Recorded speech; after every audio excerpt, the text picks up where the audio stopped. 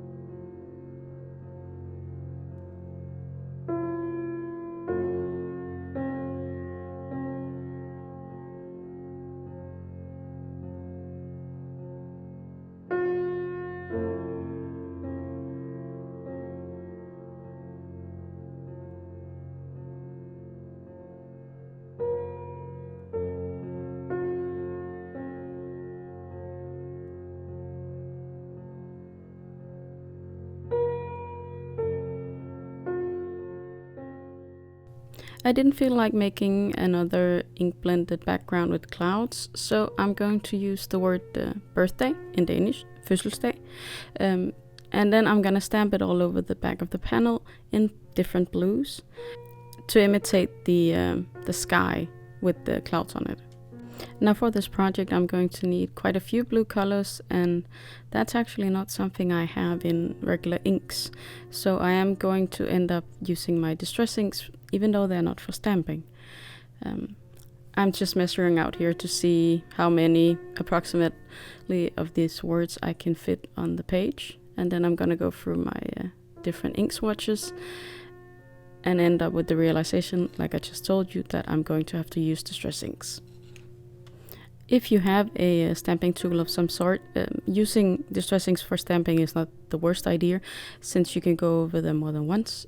I'm going over these 3 times for each color to get sort of the same hue from the 3 that I'm gonna make in each color. This is the lightest color at the bottom. I will gradually move from Tumbled Glass to Salty Ocean to Mermaid Lagoon, and then I'm actually going to need a 4th color, but I don't have one that fits in this color rainbow. So I'm just gonna stamp out the Mermaid Lagoon 6 times for the last one, instead of the 3 times I do all the others. This will make the impression darker. Afterwards I'm gonna splatter this panel to make a more cohesive background, you might say. I'm going to mix the 3 colors with some water I have mixed with Perfect Pearls in the color Perfect Pearl. I know it's a guy card and glitter and all that, but I do feel like it makes it more magical, and since there will be dragons on this card, magic isn't necessarily a bad thing, is it?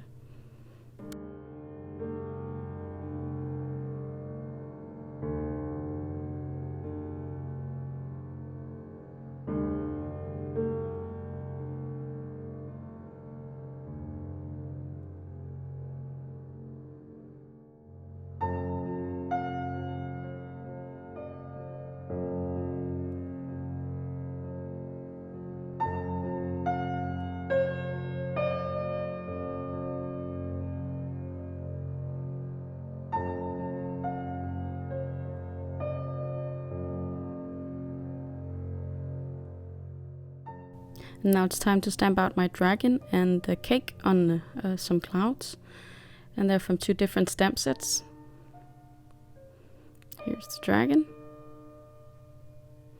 from Dragon and Me, and here are the cake. And I was thinking about more dragons, but I decided against it. I thought maybe it was gonna be too crowded, even though it is a big panel. Now coloring to me is still quite a struggle. I left in my choosing the colors struggle in this video, just so you can see that it's not like I'm just gonna grab the nearest marker.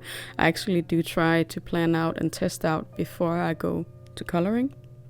I am still not comfortable trying to teach anyone how to color, but if you can find some helpful tricks by watching me color, that's great. But I am not confident enough to make a voiceover explaining what I'm doing.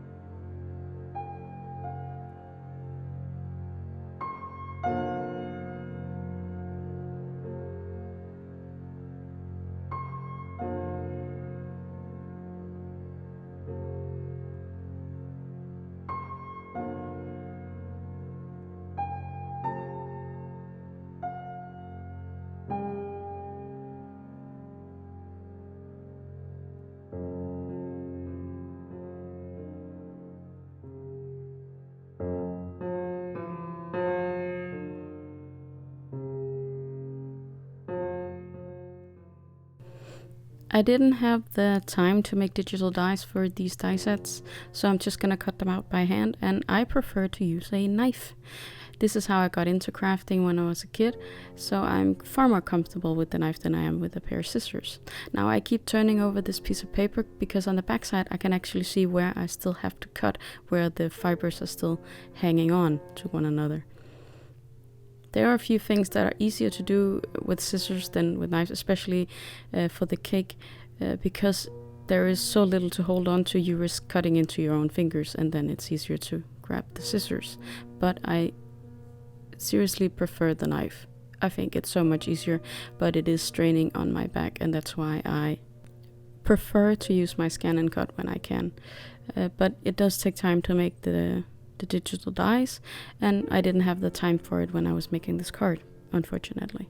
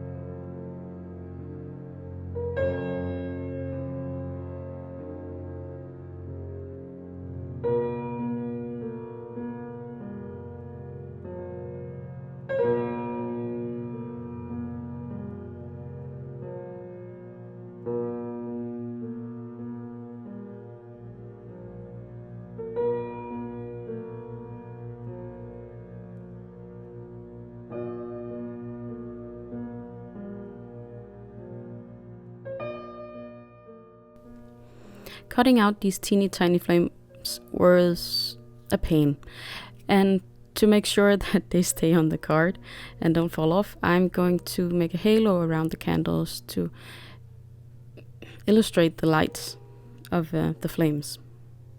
When that is done, I can get started on all the foam tape I'm gonna need for these characters on the card, and then it'll actually be finished.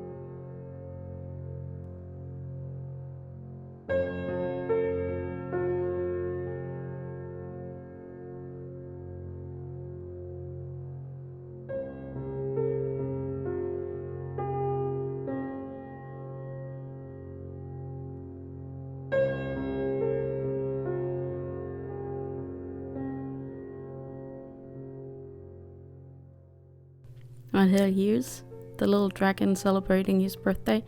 He turned out very cute, and I know the recipient loved the card. I hope you loved it too, and maybe you'll try out this idea for yourself. Until next week, I hope you'll be having a good day, evening, or night.